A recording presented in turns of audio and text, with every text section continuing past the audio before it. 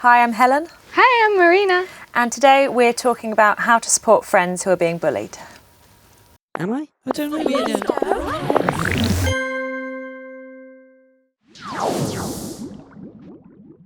So it can be really difficult to have to watch a friend who is struggling with being bullied. And it's often really difficult to know how you can support that friend or how you can help. I think once I was kind of bullied once, so I understand how it feels to be bullied. I'm wondering if you were to imagine a friend who was being bullied and who was experiencing something similar to what you experienced, what you think the signs might be to look out for a friend who is concerned. You should look out for whether they're acting normal or acting friendly towards you, if they're shaking at all, or if they avoid their friends, if they're avoiding going out to school, if they're missing lessons.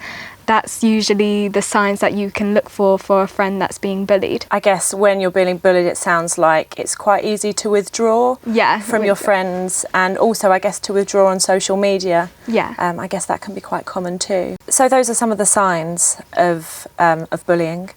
So I'm wondering what somebody could do, what a young person can do if they saw a friend being bullied. They could tell a teacher, they could go to their parents. They could ring Childline. Childline is a very good option for everybody. They have good advice for anyone that wants advice.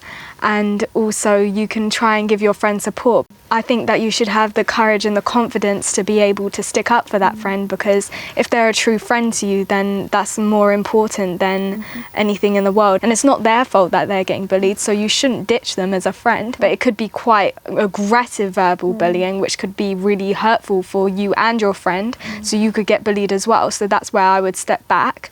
But otherwise, if the situation seems safe, something that you can actually literally stand up to and say, please stop, then I believe that you can do that. Otherwise, remember that if there's any aggressiveness, anything that's physical, then you want to step back out of the way and you want to try and tell a teacher or a parent. Yeah, I think that's definitely really good advice. So we've talked a bit about what might happen if you're watching a friend being bullied face to face, or that you know that a friend is being bullied face to face. I'm wondering what advice you might have for somebody who is experiencing bullying online or has a friend who is experiencing bullying online. Well, they shouldn't be afraid to block them or report the person. So that's probably the best option, is to stay out of the way from it and make sure that you're not in contact with that person, so you don't give them the opportunity to bully you. So you're free from that. I guess it's like putting up that wall in a sort of cyber environment and making sure that that person can't have contact with you anymore, if that's at all possible in the situation.